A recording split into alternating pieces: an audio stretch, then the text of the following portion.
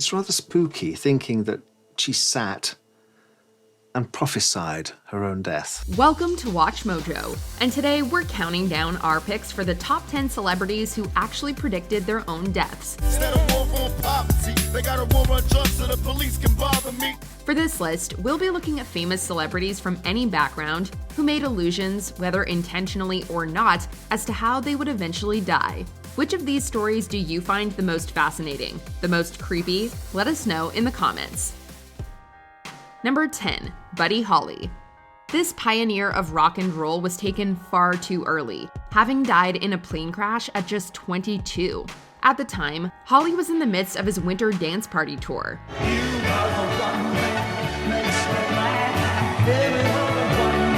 Shortly before the tour began, both Holly and his wife, Maria Elena Santiago, experienced eerily prophetic dreams on the same night. Holly dreamed that he was sitting in a plane, while Santiago dreamed of a fireball descending from the sky and crashing into a field. What happened next quickly made headlines around the world and left rock and roll fans across America in shock. On the day the music died, Holly was inside a small aircraft when it crashed into a cornfield outside Mason City, Iowa.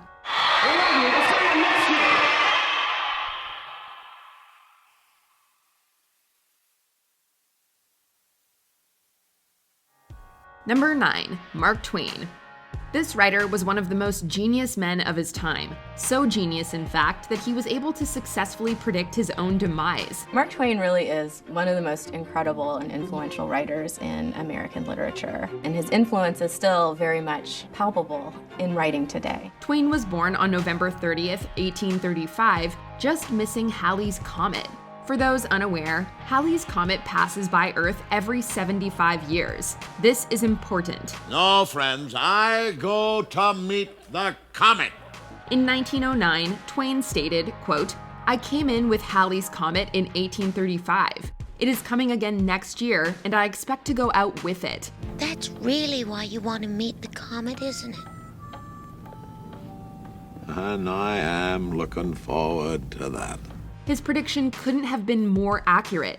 Twain died at 74 on April 21st, 1910, just one day after Halley's Comet made its scheduled flyby of Earth. Number 8, Mikey Welsh. A prominent bass guitarist, Mikey Welsh played for numerous bands, including Weezer.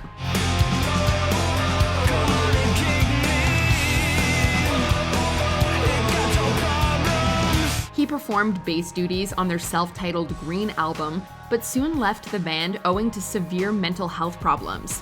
Following a brief resurgence, he permanently retired from music and began a career in art. I want to come up with something clever and witty, and hopefully it will make people happy. On September 26, 2011, Welsh wrote a rather creepy tweet. It read, quote, "Dreamt I died in Chicago next weekend. Heart attack in my sleep. Need to write my will today." Less than 2 weeks later, Welsh died from a heart attack brought on by a heroin overdose. He was in Chicago. Number 7, Frank Pastore. Hailing from Alhambra, California, Frank Pastore was a professional baseball pitcher who played in the MLB from 1979 to 1986. You were 17 years old when you were drafted by the Cincinnati Reds, and in 1979 you were the youngest player in the National League. All but one of those seasons were with the Cincinnati Reds. Pastore suffered a bad arm injury in 1984 and became a born-again Christian. And in 2004, he started a Christian talk show called The Frank Pastore Show. All right, 99.5 KKLA FM Los Angeles, the intersection of faith and reason, here at The Frank Pastore Show, and welcome aboard. During the episode of November 19th, 2012, Pastore said that he could easily die from someone hitting his motorcycle on the 210 freeway. It's pretty dangerous, isn't it? Yeah, especially in this town. They don't see you most of the time. That very same day, Pastore was riding on the 210 when he was struck by a Hyundai Sonata. He remained in the hospital for about a month and eventually died from his injuries. Number 6, Arnold Schoenberg. An Austrian composer, Arnold Schoenberg is renowned as one of the 20th century's greatest musical minds.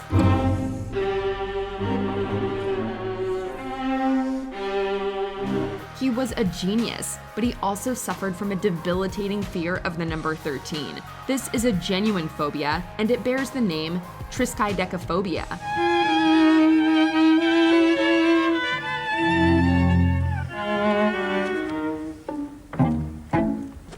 When Schoenberg turned 76, he was made aware that the numbers 7 and 6 equaled 13. He spent the rest of the year in a state of horrific anxiety and agony. Then July 13th came around, and the anxiety reached a breaking point. Schoenberg spent the whole day in bed and died just 15 minutes before midnight. Arnold Schoenberg died at 11:45 p.m. on the 13th of July, 1951. His last word was harmony. In some ways, this was a self-fulfilling prophecy. Schoenberg made himself so sick and anxious that he essentially stressed himself to death.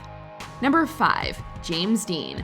This ruggedly handsome actor became famous both for his looks and his acting. Talk to me, Father.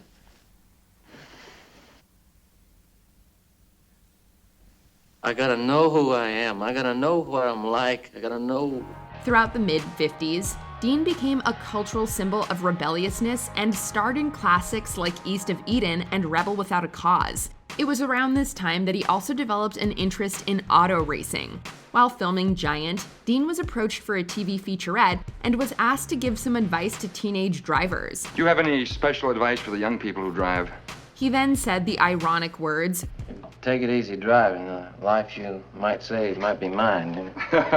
On September 30th, 1955, Dean was traveling down Route 466 in a Porsche when he collided into Donald Turnipseed's Ford. During a drive to a weekend race, Dean suffered a head-on collision in his Porsche 550 Spyder and was killed almost immediately. Turnipseed received minor injuries, but Dean suffered a broken neck and died instantly.